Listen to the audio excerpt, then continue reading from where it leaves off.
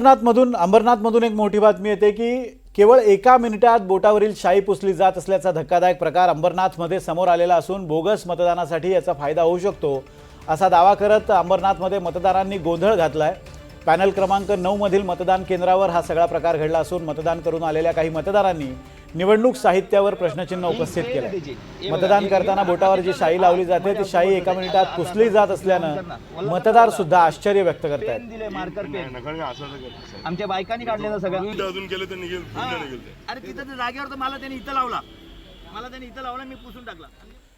तर पुढची बातमी सुद्धा अंबरनाथमधून आहे। अंबरनाथच्या कैलासनगरमध्ये मतदानाला गालबोट लागले। सफाई कर्मचाऱ्याला पोलिसांनी मारहाण केली आहे। अंबरनाथ कैलासनगर परिसरात मतदानासाठी गेलेल्या एका नगरपालिकेच्या सफाई कर्मचाऱ्याला पोलिसांकडून मारहाण करण्यात आली आहे। कुटुंबासह मतदानासाठी गेले असताना झालेल्या प्रकारामुळे परिसरात खळबळ उडाली आहे।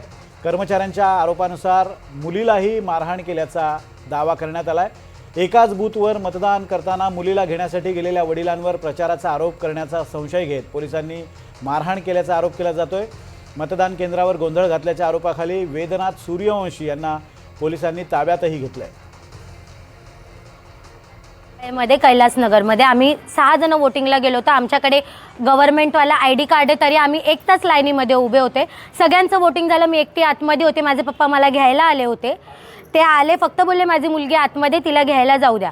तर त्यांना ते पोलीस बोलले की नाही। त्यांनी त्यांच्या शोल्डरवर धक्का देऊन त्यांना बाहेर काढलं तरी ते शांत बसले, कारण ते वर्दीवर होते। त्यांनी काठी एका हातात घेऊन त्यांची कॉलर पकडून एकदम घाणेरड्या शिव्या ज्या मी देऊ नाही शकत त्या मारत त्यांना बाहेर पण आणलं।